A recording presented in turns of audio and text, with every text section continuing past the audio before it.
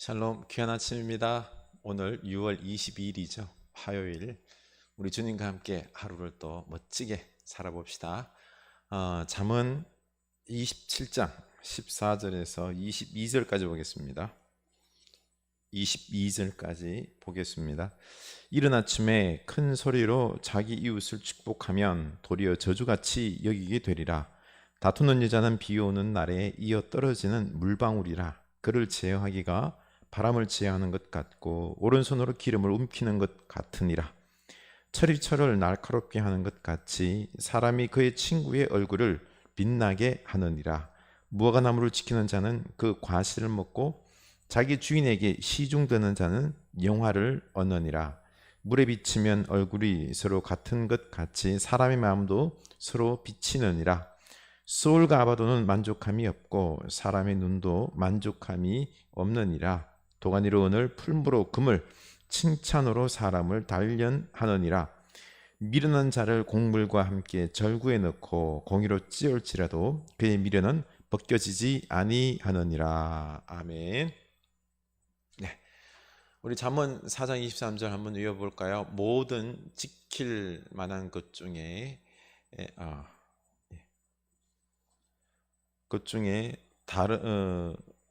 더욱 내 마음을 지키라. 생명의 근원이 이에서 남이니라. 아멘.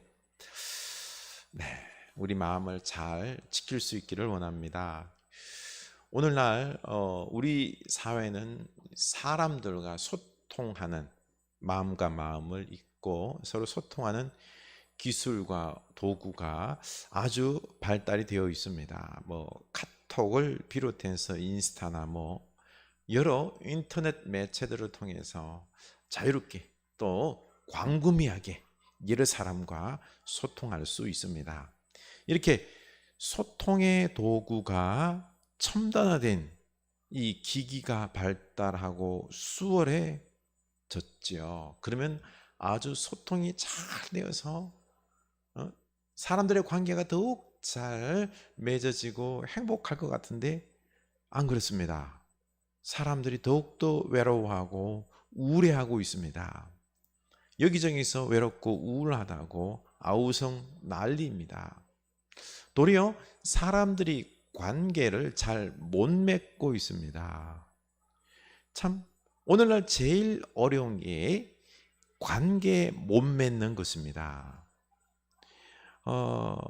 이게 그래서 카톡으로 우리가 대화를 많이 하는데 왜 대면 이야기 안 하고 카톡으로 이야기하는고 하니 대화로 소통한다든지 아니면 서로 얼굴을 보고 이야기하면은 그 사람의 감정이 느껴지는 거죠. 이게 불편하다는 겁니다. 그냥 카톡으로 감정에 어떤 느낌 없이 내가 하고 싶은 말만 그냥 일방적으로 하는 겁니다. 그래서 카톡을 더 선호한다라고 하는 이런 말들이 있습니다. 그러고 보니까 오늘날의 소통의 도구는 서로 쌍방으로 왔다 갔다 하는 그런 관계의 커뮤니케이션이 아니라 자기중심적으로 내 할 말만 하고 그냥 끝내는, 도리어 관계를 방해하고 있다는 생각이 들 정도입니다. 관계는 사실 말을 한다고 해서 내 생각을 전달했다고 해서 관계력이 좋아지고 소통력이 있는 것 아니잖아요. 그 마음이 함께 오가고 네 마음이 내 마음, 서로의 마음을 읽고 알고 이렇게 하나가 되는 이게 관계력 아닙니까? 참 그런데 오늘날 마음으로 관계를 맺는 이런 관계 지혜가 아주 필요한 시대입니다.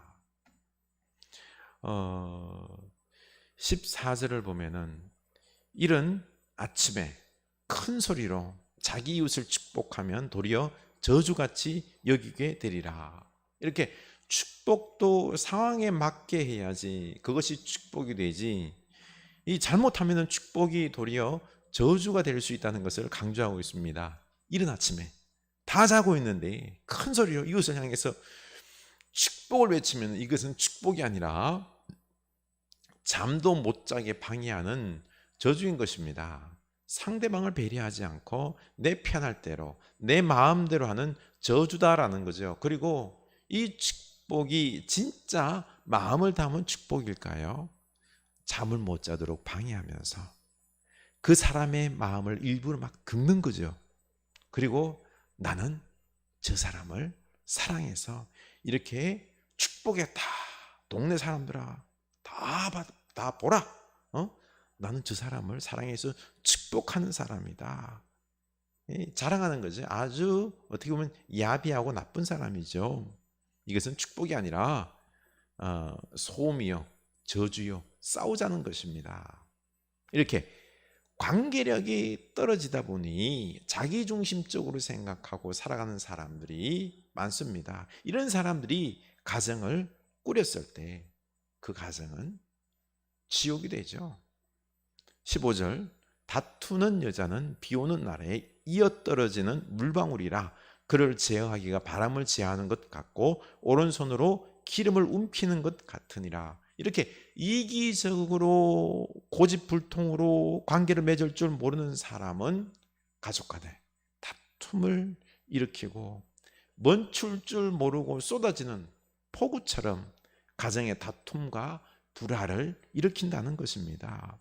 이어떨어지는 물방울처럼 쉴 새 없이 가정의 싸움을 만들면서 치욕을 만든다는 것입니다. 그러면 어떡합니까? 이런 사람을 어떻게 바꿔야 되는데, 제어를 해야 되는데 제어할 수 없다는 거죠. 그를 제어하기가 바람을 제어하는 것 같다라고 했습니다. 바람은 지 마음대로 불잖아요. 그렇죠? 우리가 어떻게 할 수가 없습니다. 지 마음대로 말하고 싸우려고 하는 이 사람 제어가 안 됩니다. 가족들의 마음에 상처를 주면서 지 마음대로 하는 이 가정을 지옥으로 만드는 이런 참 숙제, 큰 숙제입니다. 어떻게 해야 될까요? 17절, 철이 철을 날카롭게 하는 것 같이 사람이 그의 친구의 얼굴을 빛나게 하느니라. 철과 철이 부딪혀서 날카롭게 하듯이 이제는 친구들과 함께 사회생활을 하면서 서로 부딪히면서 갈등도 하고 그리고 다시 화해하고 이 자신을 보게 되는 거죠. 서로 부딪히면서 갈등하면서 성격이, 그 모난 성격이 부드러운 성격이 되는 것입니다. 이렇게 서로 싸우기도 하고 갈등도 하고 용서하며 반성하며 자기를 보고 서로 화해하며 하나가 되는 이 과정을 통해서 관계력이 발달해 간다는 것입니다. 이렇게 공동체 안에서 서로 갈등과 화해를 반복하면서 친구가 그 친구의 얼굴을 빛나게 해주는 것입니다. 그래서 공동체가 필요하고요, 친구가 필요합니다. 문제는 사람들이 공동체 안에서 함께 묶여 있으면서 서로 용납해주고 반성하지 않고 공동체를 뛰쳐나가려고 합니다. 적응을 못할 때 그는 관계력이 발달하지 못하고 관계의 지혜가 형성이 되지 않는 것입니다. 어릴 때에는 부모가 곁에서 가족 안에서 형제들끼리 서로 갈등하면서 용납해주고 반성하며 했지요. 그런데 그 가운데 속에서 자신을 내려놓고 자기가 죽고 미안하다 서로 용서하면서 이렇게 관계력이 형성이 되어 가는 것입니다. 그런데 이제 나이가 들잖아요. 그렇죠? 가족의 테두리를 넘어서 학교에 가고 또 교회 공동체, 직장생활, 직장 공동체를 통해서 관계의 지혜를 만들어 가야 되는 겁니다. 오늘날에는 이게 자식이 혼자다 보니까 이런 관계의 지혜가 더욱더 필요한 거죠. 그래서 우리는 좋은 친구를 만나도록 기도해야 됩니다. 또 좋은 공동체 안에 묶여있기를 힘써야 하는 것입니다. 교회 공동체 안에서 갈등 당연히 있는 것입니다. 교회가 예수님만 다 교회에 있나요? 아니잖아요. 수많은 모난 성격의 사람들이 함께 모여 있습니다. 갈등하면서 서로 화해하면서 예수 그리스도의 십자가 사랑으로 서로 용서하면서 그러면서 관계력이 형성이 되어 가는 것입니다. 안타깝게도 요즘 교회 안에서 갈등이 생기면은 당연하게 생각하고 서로 기다려주고 용납하고 화해하고 하기보다는 뭐 이런 교회가 다 있어, 이 교회가 여기밖에 없나, 다른 교회로 옮기려고 하고 하는 이런, 그러기 때문에 관계력이 발달이 안 되는 겁니다. 우리 이런 말 있잖아요, 그렇죠? 비 온 뒤에 땅이 더 굳어진다고, 단단해진다고. 관계도 갈등을 통해서 서로 용납해 주면서 사랑할 때 그 관계력이 더욱 단단해지는 것입니다. 지혜가 생기는 것입니다. 이렇게 친구, 공동체가 아주 필요한 것이죠. 19절, 물에 비치면 얼굴이 서로 같은 것 같이 사람의 마음도 서로 비치느니라. 마음으로 서로를 바라보고 함께 할 때 변화가 일어나는 것입니다. 아무리 교회라고 해도 마음이 없는 관계 있죠. 변화를 서로 주기보다 서로에게 상처만 줄 뿐입니다. 서로 마음으로 다가가고 진실되고 사랑이 있고 하는 이런 끈끈한 사랑의 공동체 안에 있을 때 이 관계가 회복이 되고 단단해지고 관계의 지혜력이 또 생명력이 있는 변화의 공동체가 되어가는 것입니다. 19절 우리 금방 읽었죠, 그렇죠? 이렇게 21절 보면 도가니로 은을, 풀무로 금을, 칭찬으로 사람을 단련하느니라. 도가니와 풀무로 금과 은을 아주 순수하고 강하게 단련하듯이 사람도 순수하고 강하고 관계력이 뛰어난 지혜의 사람으로 단련하기 위해서는 칭찬의 지혜가 필요합니다. 사람의 변화는요, 칭찬으로 됩니다. 갈등과 정죄로 변하는 것이 아니라 진심 어린 사랑 속에서 칭찬할 때 변화가 되는 것입니다.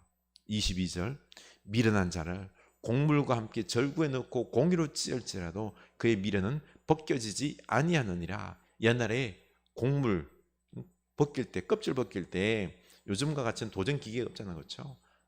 절구통에 넣고 뭐 콩콩콩 빻아야지, 찧어야지 그 껍질이 벗겨지고 먹을 수 있는 것입니다.